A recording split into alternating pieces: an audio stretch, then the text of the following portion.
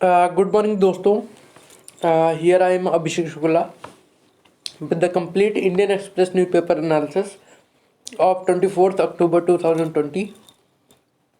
So here we will analyze the full newspaper and it will relevant for UPSC and state PCS examinations. And if you want this highlighted and commented newspaper, then please comment below.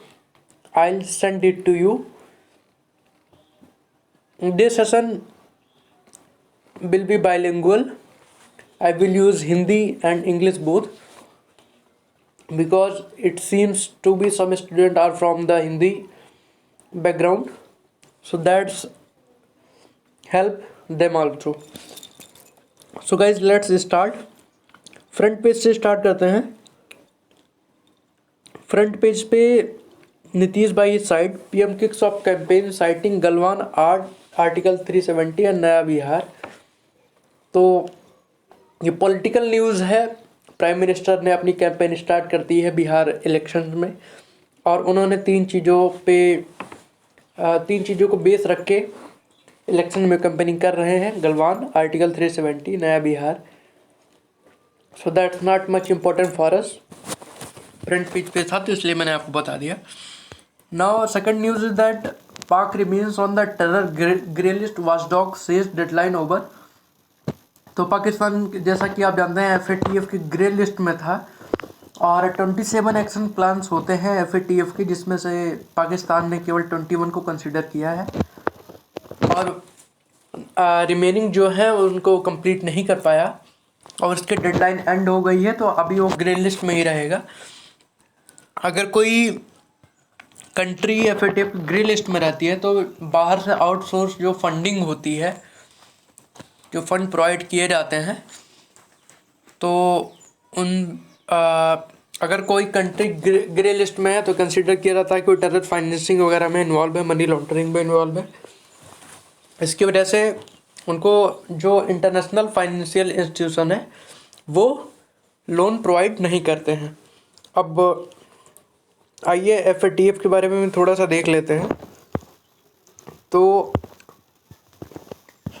FATF जो है एक inter governmental body है जो establish हुई थी 1989 में on the initiative of G7 के initiative पे हुई थी और उसका हेडक्वार्टर कहाँ है? पेरिस में है.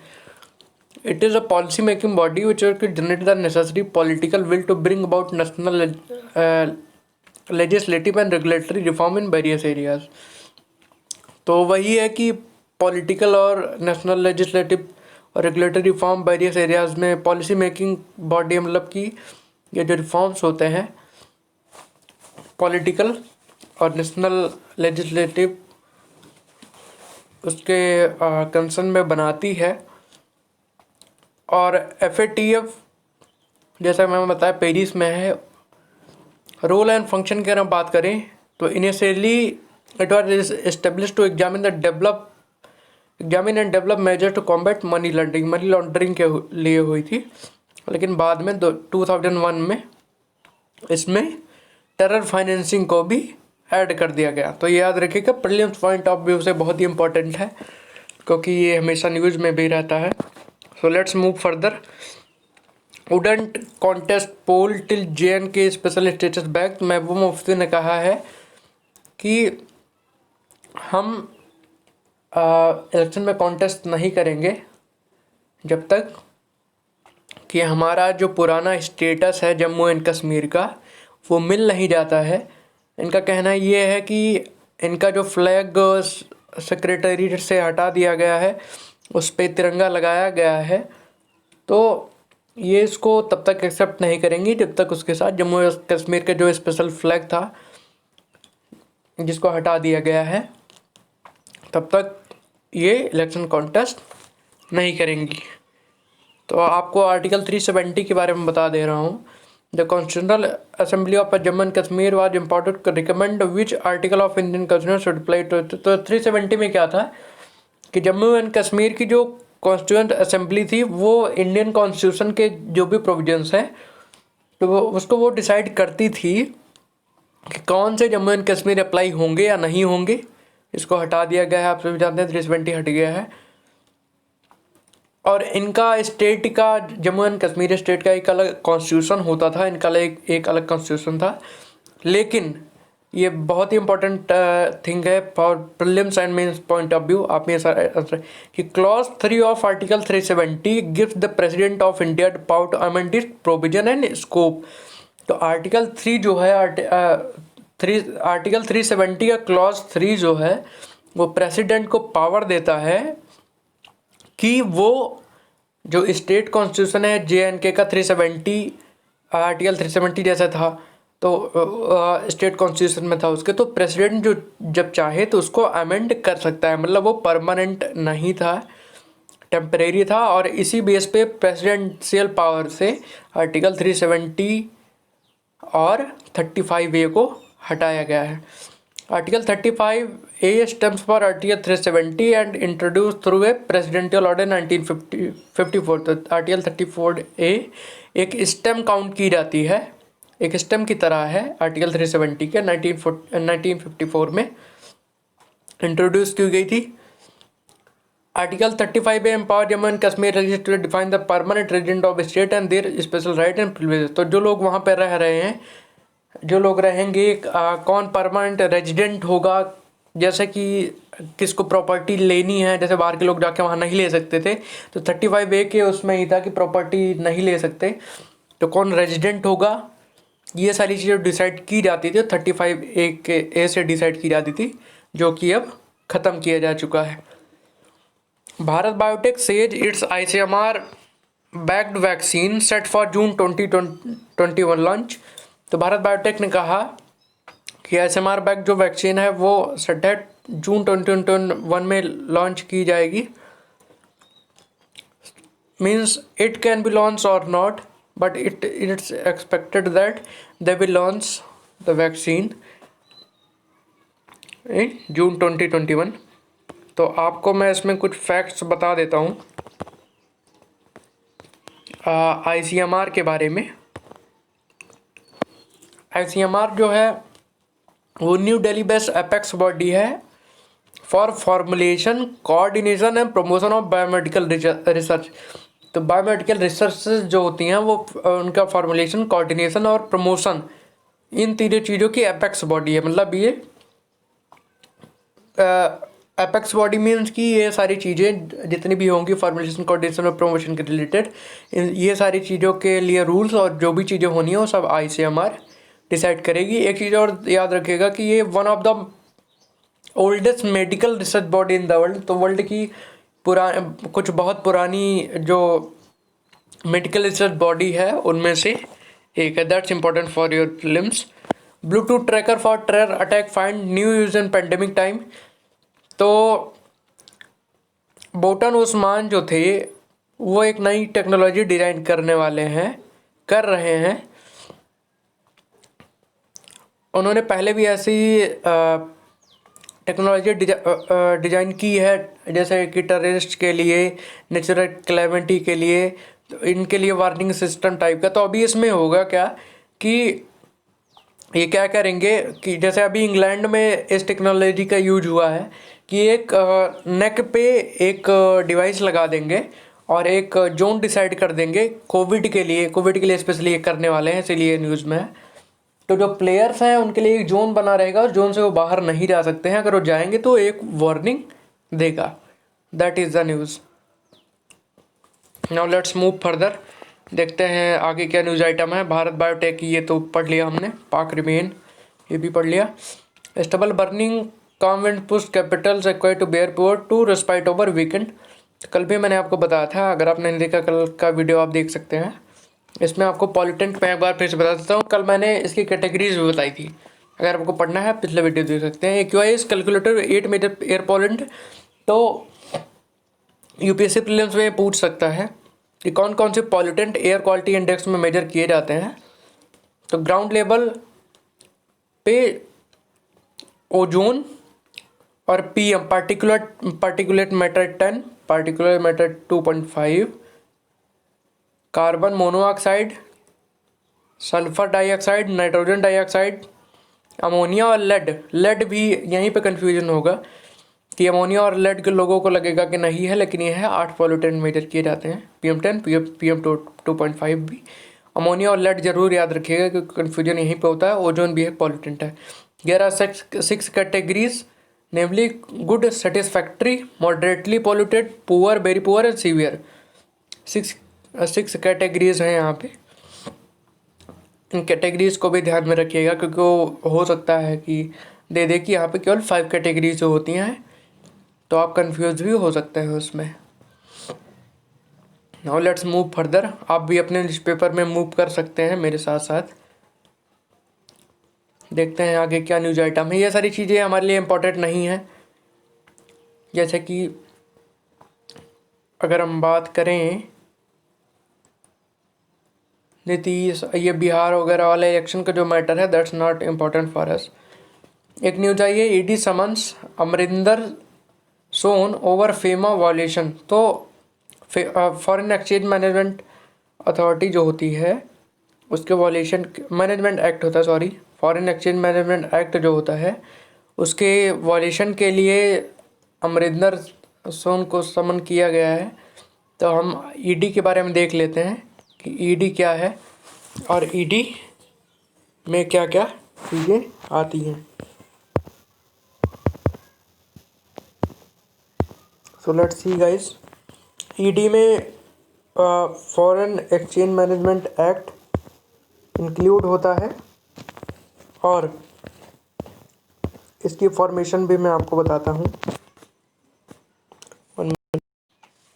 Sorry guys for disturbance. So मैं आपको ईडी के बारे में बता रहा था। मैं आपको ईडी के बारे में फैक्ट बता देता हूँ यहाँ पे जब न्यूज आई है। तो it is a multidisciplinary organisation mandated with the task of enforcing the provision of 2 fiscal laws, दो लॉज जैसे मैं बता रहा था, फीमा और PMLA, foreign exchange management act 1999 और prevention of money laundering act 2002। ये दोनों इन्फोर्स करता है। 2 लॉज हैं, इनको याद रखिएगा। So let's move further and sorry for disturbance. योगीलांस women help desk at all police station. तो यूपी के सीएम ने मिशन शक्ति कैंपेन लॉन्च किया है। ज़्यादा डिटेल में आपको जाने की ज़रूरत नहीं है, लेकिन इतना याद रखिएगा कि मिशन शक्ति कैंपेन किसने लॉन्च किया है? यूपी गवर्नमेंट ने, उत्तर प्रदेश गवर्नमेंट ने। ये हमारे एडिटोरियल्स हैं, एक्सप्लेन एडिटोरियल पेज का। सेंटर ब्यूरो में ये CBI के ऊपर लिखा गया है। हीट फ्रॉम वाशिंगटन, ये US के इलेक्शन के ऊपर है। It's not important for us, तो हम ये डिस्कस कर लेंगे। Central bureau, rider to the sea, ये भी डिस्कस कर लेंगे। द 2 फ्रंट चैलेंज, ये हमारे लिए नहीं है क्योंकि इसमें क्या है, आप चाहें तो पढ़ सकते हैं but not important for our examination. मैंने पढ़ा है इसको। इसमें यह है कि पाकिस्तान जो है वो, मैं आपको थोड़ा सा ग्लिम्स देता हूँ। पाकिस्तान जो है वो ईस्ट और वेस्ट बॉर्डर पे स्ट्रगल कर रहा है और उसके साथ स्ट्रगल करने के साथ साथ ही वहाँ पे फाइनेंशियल क्राइसिस भी चल रही हैं। लोकस्ट अटैक भी वहाँ पे हो गया था। वहाँ पे अभी टेरर अटैक फुल फ्लेज तो नहीं कह सकते, लेकिन ब्लास्ट वगैरह हुआ था। तो इसकी वजह से इस आर्टिकल में यही किया गया है कि पाकिस्तान बॉर्डर पे जो स्ट्रगल करने के चक्कर में अपनी जो उसकी इंटरनल पॉलिटिक्स है, इंटरनल इकोनॉमी है, उसमें टर्बुलेंस उसने पैदा कर दिया है। लिखा भी है जो वो writer of consulting editor Newsweek Pakistan के हैं। तो पाकिस्तान को प्रॉब्लम क्या हुई है बॉर्डर पे जो स्ट्रगल कर रहा है उससे, that's not much important for अस। मैंने आपको थोड़ा सा ग्लिम्स दे दिया है। ये दोनों एडिटोरियल हम लास्ट में डिस्कस करेंगे। पहले हम न्यूज़ देख लेते हैं। लॉकडाउन डोंट वर्क, तो लॉकडाउन ने काम नहीं किया है। क्रिटिसिज्म किया गया है कि लॉकडाउन पे क्या क्या हुआ। अगर आप पहले से न्यूज़ पढ़ रहे हैं, आइडिया पेज है, तो आपको पता ही होगा। तो इसके लिए कोई बहुत ज़्यादा इम्पोर्टेंट नहीं है। इसको तो आप खुद भी सोच सकते हैं कि लॉकडाउन में मीन्स ये तो प्रैक्टिकल है कि लॉकडाउन में क्या चीज़ें नहीं हो पाई जो आप एक्सपेक्ट कर रहे थे। That's not we are going to discuss. Let's move. Leader of difficult time Saudi Arabia का है, that's also not important for us. देखिए, इंटरनेशनल रिलेशन में आपको लगता है इंपॉर्टेंट, लेकिन है नहीं। इंटरनेशनल रिलेशन वही चीज़ें इंपॉर्टेंट होती हैं जो इंडिया को इम्पैक्ट करती हैं। इंडिया को जो चीज़ें इम्पैक्ट करती हैं वही चीज़ें इंपॉर्टेंट होती हैं। अब किसी कंट्री में इंटरनल टर्बुलेंस चल रहा है, that's not important for us.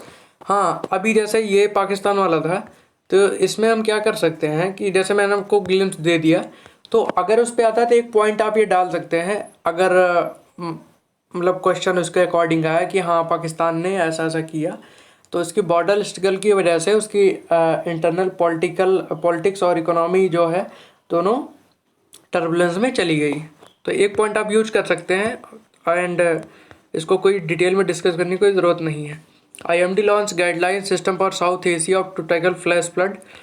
तो इंटरनेशनल मेट्रोलॉजिकल डिपार्टमेंट जो है उसने गाइडेंस सिस्टम लॉन्च कर दिया है फ्लैश फ्लड के लिए। मैं आपको IMD के बारे में बता देता हूँ थोड़ा सा। International meteorological department agency of ministry of earth science. तो ये मिनिस्ट्री जरूर याद रखिएगा, UPSC मिनिस्ट्री बहुत पूछता है। तो ये मिनिस्ट्री ऑफ अर्थ साइंस के अंडर में आता है, government of India. It is the principal agency responsible for meteorological observation, weather forecasting and seismology. 3 चीज़ें मेजर करता है, meteorological observation, weather forecasting and seismology. IMD is headquartered in Delhi and operate hundreds of observation stations across India and Antarctica. Regional offices are at Mumbai, Kolkata, Nagpur and Pune. तो अगर कहीं state में आता है कि केवल India में ही monitor करता है, मतलब इसके जो स्टेशंस हैं वो लोकेटेड जो हैं वो केवल इंडिया में हैं, तो अंटार्कटिका में भी हैं, ये भी याद रखिएगा। तभी न्यूज़ हम देख लेते हैं कि south Asian flood guidance system launch किया है IMD ने।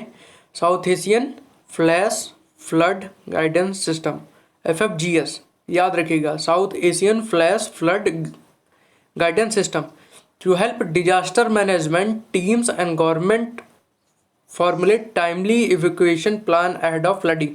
तो ये वार्निंग सिस्टम एक टाइप का होगा, मतलब गाइड करेगा कैसे लोगों को इवैक्यूएट किया जाए। इसमें इन्वॉल्व कौन कौन होंगे? India, Bhutan, Sri Lanka, Bangladesh, Nepal will share their hydrological and metrological logical data to help forecast flash floods. तो जो ये कंट्रीज हैं ये अपनी मेट्रोलॉजिकल डेटा शेयर करेंगे जिससे ये पता लगाया जा सके कि कहाँ पे नेचुरल डिजास्टर आने वाला है, और उसी हिसाब से पहले से प्लान तैयार करके लोगों को इवैक्यूएट किया जाएगा। तो ये याद रखिएगा, FFGS सिस्टम किसने लॉन्च किया है? IMD ने। वो ऐसे ही पूछता है south Asia to tackle flash flood का जो सिस्टम है FFGS वो किसने लॉन्च किया है? तो IMD याद रखिएगा। नाउ लेट्स मूव अहेड, देखते हैं आगे क्या इंपॉर्टेंट न्यूज आइटम। ये सारी तो एडवर्टीजमेंट ही है। व्हाट डिटरमाइंड ओनियो प्राइस, ये हम डिस्कस करेंगे। Is death in Brazil a blow to AstraZeneca vaccine. तो याद रखिएगा ये वैक्सीन जो है ये ब्राज़ील की है और ये क्या हो रहा है इससे हमें मतलब नहीं है। Tocilizumab initial excitement disappointment trial या ट्रस्टेड बाय मेनी। तो टोसिलीजुमैब जो है वो जैसे हाइड्रोक्लोरोक्विन थी वैसे ये भी है। तो इसको अभी जब तक कोविड की वैक्सीन नहीं है तो जैसे हाइड्रोक्लोरोक्विन का यूज किया जाता था वैसे टोसिलीजुमैब का भी यूज किया जाता था। लोग इस पर ट्रस्ट कर रहे हैं। Now let's move ahead. Government की start market borrowing transfer ₹6 crore to 16 state and 2 UTs। तो ये हमारे लिए इंपॉर्टेंट नहीं है कि गवर्नमेंट ने क्या किया क्या नहीं किया, ये किया क्यों जा रहा है ये हमारे लिए इंपॉर्टेंट है।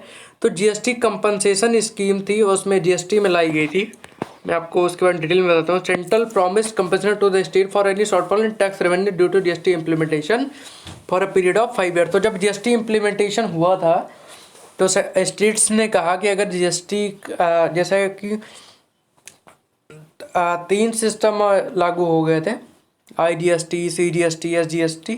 तो उसमें क्या होता है, स्टेट्स को लग रहा था कि उनका रेवेन्यू डाउनफॉल होगा। तो सेंट्रल गवर्नमेंट ने क्या कहा था कि 5 ईयर्स तक अगर रेवेन्यू शॉर्टफॉल होता है 14% की जो ग्रोथ है अगर उससे कम जाता है तो वो जितना कम होगा गवर्नमेंट उसको कंपनसेट करेगी, गवर्नमेंट उसको देगी, सेंट्रल गवर्नमेंट उसको देगी। लेकिन अभी जब कोविड आया तो रेवेन्यू शॉर्टफॉल हुआ, लेकिन निर्मला सीतारमण जी ने कहा कि ये नेचुरल कैलेमिटी है और नेचुरल कैलेमिटी के बाद ये जो कंपनसेशन है इसका कोई प्रोविज़न नहीं है, नेचुरल कैलेमिटी में के बाद ये नहीं दिया जाएगा। लेकिन फिर भी स्टेट्स ने अपोज किया और फिर सेंट्रल गवर्नमेंट ने कहा कि हम आपको कंपनसेशन तो नहीं देंगे, लेकिन आप हमसे कम रेट पे फंड बोरो कर सकते हैं, जैसे कि आपका जो भी एक्सपेंसिव कंप्लीट हो जाए।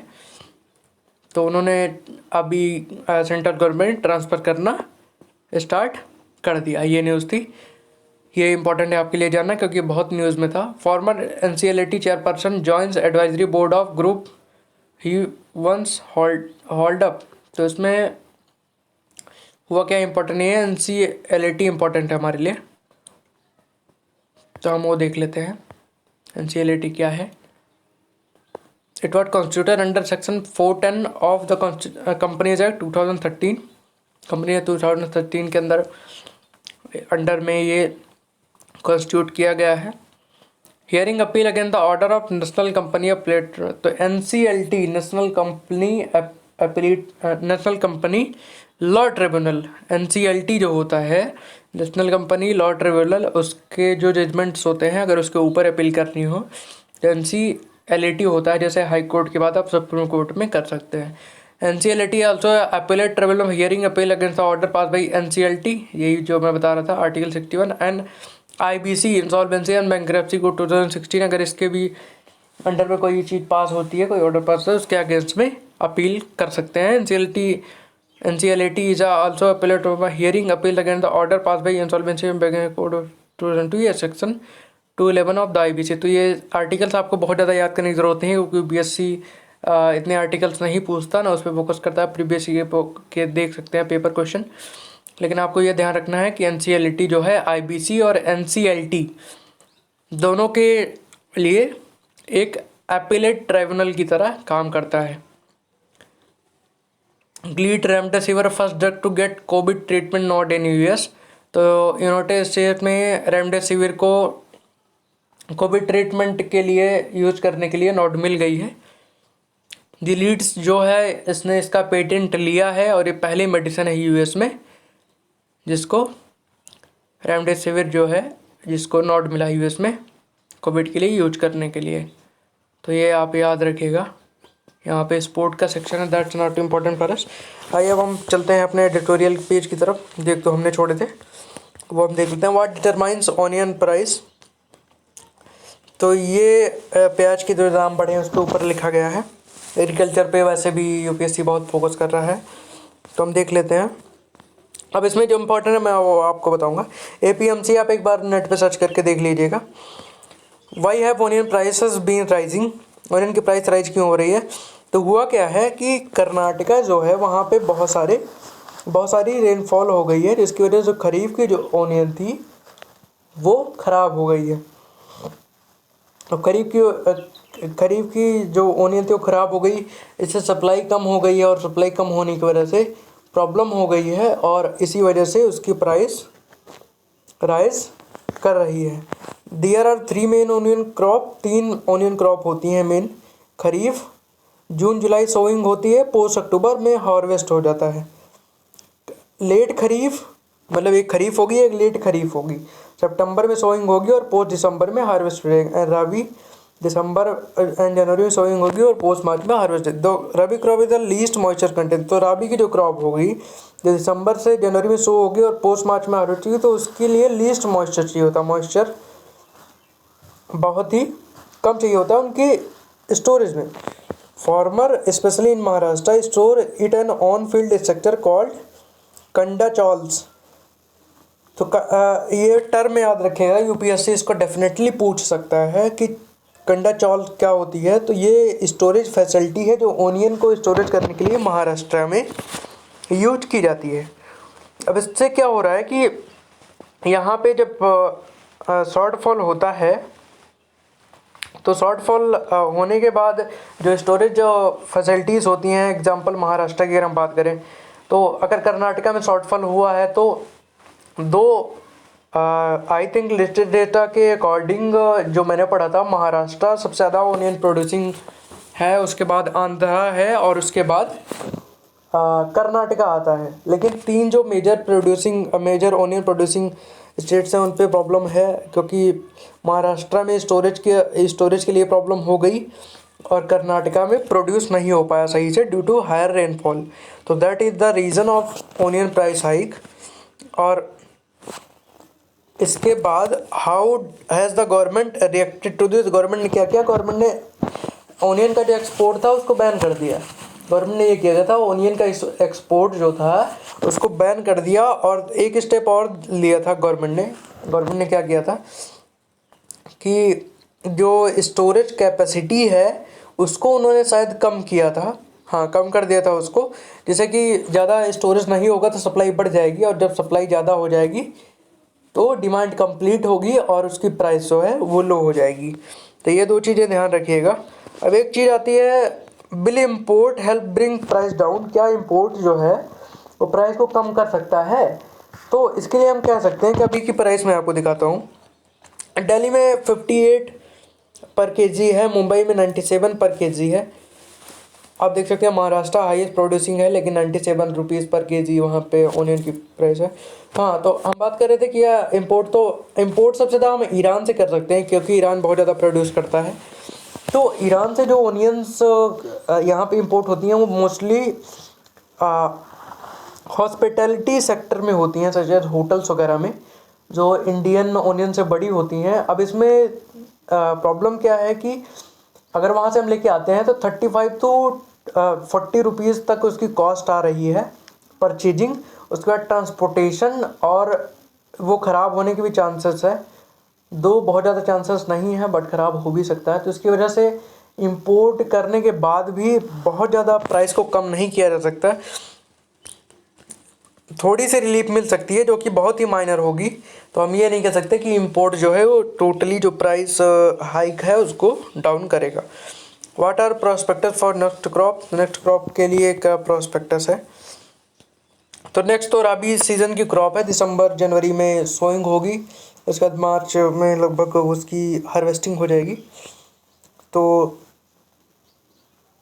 Normally farmer generate their own seed bye allowing a portion, तो वही थोड़ा सा स्टेप लिए जा रहे हैं कि जो खुद ही से क्रॉप को, मतलब उसकी जो सीडिंग होती है खुद से करते थे, उसके लिए अलग से कुछ टेक्निक्स का यूज़ किया जाए, नए सीड्स का यूज़ किया जाए, जैसे कि प्रोडक्शन ज़्यादा हो सके। तो ये एक सॉल्यूशन हो सकता है कि अगर आ जाएगी मार्केट में, सप्लाई ज़्यादा बढ़ेगी नेक्स्ट हार्वेस्टिंग सीजन में, तो उससे प्रॉफिट हो जाएगा। हमने ये दोनों हमें डिस्कस नहीं करने हैं, दोनों का ग्लिम्स मैंने आपको बता दिया था। सेंट्रल ब्यूरो में क्या है कि अभी महाराष्ट्र गवर्नमेंट का जो हर्डल चल रहा है कि यूपी में, जैसे आप देखो कि सीबीआई ने केस ले लिया था, तो महाराष्ट्र ने क्या किया कि जो विदाउट कंसेंट की सीबीआई जांच कर सकती थी, वो किसी भी केस को अंडर में ले सकती थी। तो महाराष्ट्र गवर्नमेंट ने अभी ये नया अमेंडमेंट कर दिया कि बिना महाराष्ट्र स्टेट के परमिशन के सीबीआई कोई भी एक्शन नहीं ले सकती है। तो उनको ऐसा लग रहा था कि टीआरपी केस जो है, जो मुंबई पुलिस इन्वेस्टिगेट कर रही है, वो भी सीबीआई ले लेगी, तो इसीलिए उन्होंने ये लाया है। अब ऐसा कहा जाता है कि सीबीआई जो है वो मेयर पपेट है सेंटर का, सेंटर को जहाँ पे भी इंटरफेयर करना होता है सीबीआई का यूज करती है, ऐसा कहा जाता है। उसके लिए एक टर्म यूज किया जाता है कैगेट पैरट, कि मतलब वो तोता है, उसको जो भी कहेंगे सीबीआई को वही करेगी। तो सेंट्रल गवर्नमेंट का एज अ टूल ये कहा जाता है कि वो उनको इंटरफेयर करना होता है, तो सीबीआई के थ्रू सेंट्रल गवर्नमेंट उसमें इंटर करती है। महाराष्ट्र पहला स्टेट नहीं है जिसको डिसरप्ट किया है। आंध्र प्रदेश, वेस्ट बंगाल और छत्तीसगढ़ ने पहले भी ये चीज़ें वो ये स्टेट कर चुके हैं। और एक तरह से देखा जाए तो सीबीआई अगर हर एक मामले में इंटरफेयर कर रही है तो एक कोऑपरेटिव फेडरलिज्म पे इफ़ेक्ट डालता है कि स्टेट्स के ऊपर सेंटर का डोमिनेंस दिखाता है। तो इसकी वजह से सीबीआई को ऐसा नहीं करना चाहिए, और इसी वजह से महाराष्ट्र गवर्नमेंट ने ये अमेंडमेंट कर दिया है। जैसे कि सुशांत सिंह केस का इसमें एग्जांपल दिया गया है कि पुलिस इंक्वायरी कर रही थी लेकिन उसको सीबीआई ने एक हम कह सकते हैं सो मोटर टाइप का, मतलब पिटीशन तो पड़ी थी, मतलब उस पर चार्जशीट तो फाइल ही थी, लेकिन ऐसा कहा जाता है सेंट्रल गवर्नमेंट के डिफरेंस है। और टीआरपी केस में महाराष्ट्र गवर्नमेंट ये नहीं चाहती किसी वे उसमें कुछ भी इंटरफेयर करे। तो ये था article rider to the sea. अब इसमें बात की गई है Indo Pacific concord for regional democracies with maritime security charter. अब इसमें ऑथर ने, अरुण प्रकाश ने क्या लिखा है कि चाइना और पाकिस्तान जो है वो बॉर्डर पे अपने ट्रूप्स डिप्लॉय कर रहे हैं, उनका एक बहुत अच्छी उनकी बॉन्डिंग है and they are threatening the India. अब उसके रिस्पॉन्स में इंडिया को क्या करना चाहिए, इंडिया को भी एक ऐसा बॉन्ड बनाना चाहिए जिससे कि वो इन सारी प्रॉब्लम्स को टैकल कर सकें। अब इसके लिए अरुण प्रकाश जी ने फोकस किया है इंडो पैसिफिक सी पे, जिससे कि मैरीटाइम जो सिक्योरिटी है उसको स्ट्रॉन्ग किया जा सके। ऑथर ने फोकस किया है क्वाड ग्रुपिंग पे और मालाबार एक्सरसाइज पे। तो मालाबार एक्सरसाइज में पहले इंडिया यूएस करते थे, अभी कुछ दिन इसके पहले ही जापान उसमें एंटर हुआ था और अभी ऑस्ट्रेलिया भी एंटर कर रहा है। तो ये ग्रुपिंग स्ट्रांग हो रही है। ऑथर कहता है कि इसको और भी स्ट्रांग करने की ज़रूरत है। हमें एक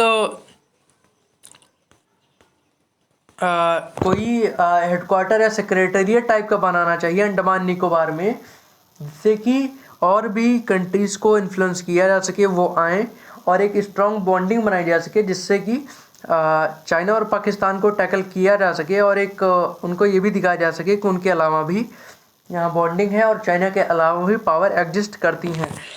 अब इसके लिए अगर हम बात करें तो इन्होंने ऑथर ने क्या हाईलाइट किया है कि जो क्वाड ग्रुपिंग है और मलाबार एक्सरसाइज है, इसके लिए ना इन्होंने कहा है कि ना तो कोई एकॉर्ड साइन हुआ है, ना कोई एग्रीमेंट साइन हुआ है। कंट्री अपने म्यूचुअल एग्रीमेंट के साथ ही इस पर वर्क कर रही हैं और ये सक्सेसफुल रहा है।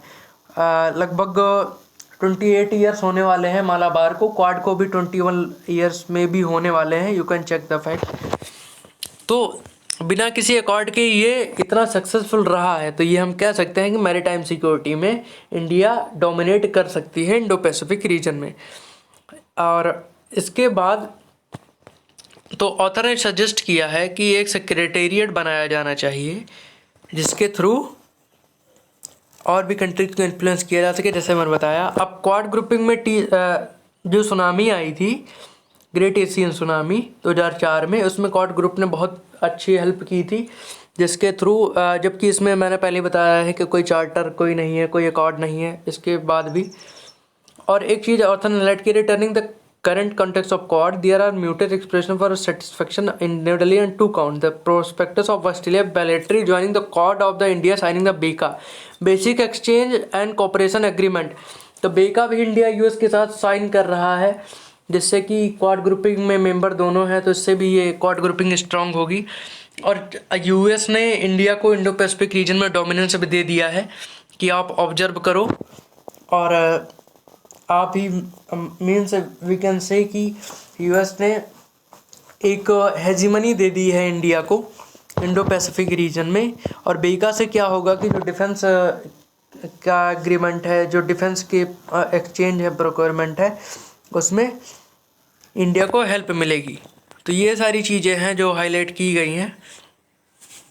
अब इसको आप चाहे तो पढ़ भी सकते हैं, मैंने पूरा ग्लिम्स दे दिया है कि इस एडिटोरियल में दिया क्या गया है कि राइडर ऑफ द सी में मेन अभी आपको ग्लिम्स मिल गया है। आप इससे भी समझ सकते हैं कि इंडिया को इंडो पैसिफिक रीजन में क्या क्या करना चाहिए और अभी तक कैसे सक्सेसफुल मालाबार और क्वाड हुआ है। इसको और सक्सेसफुल बनाने के लिए अभी तक जो चार्टर और कोई अकॉर्ड नहीं था और कोई सेक्रेटेरिएट भी नहीं था, वो उसकी ज़रूरत है। और सबसे मोस्ट ब्यूटीफुल पॉइंट जो इस एडिटोरियल में लिखा गया है कि इंडिया को अंडमान निकोबार में सेक्रेटेरिएट बनाना चाहिए, जिससे कि मालाबार जैसी और भी एक्सरसाइज हो सकें, प्रैक्टिकल एक्सरसाइज हो सकें। जैसे कि फ्लड मैनेजमेंट, मान लीजिए कहीं फ्लड आया है तो उसके लिए भी वो एक्सरसाइजेस करके उसको सही कर सकें। तो ये प्रैक्टिकली एक बहुत ही अच्छा होगा इंडिया के लिए, जहाँ पे पाकिस्तान और चाइना डोमिनेट कर रहा है बॉर्डर्स पे। So guys I think we have done, because सारी न्यूज़ कवर हो चुकी हैं। सो ओके फ्रेंड्स, आज के लिए इतना ही। अगर आप कोई डाउट है, आप कुछ सजेशन देना चाहते हैं, you can comment on below. And अगर आपको ये हाईलाइटेड न्यूज़पेपर चाहिए, आप कमेंट करेंगे तो मैं आपको दे दूंगा। मैं आपको, अगर आप कहेंगे, पिन कर दूंगा, या आप अगर ईमेल आईडी या कुछ भी देंगे मैं आपको सेंड भी कर दूंगा, क्योंकि आप पढ़ भी सकते हैं बाद में इसको। So okay friends, that's all for today. Thank you, have a good day.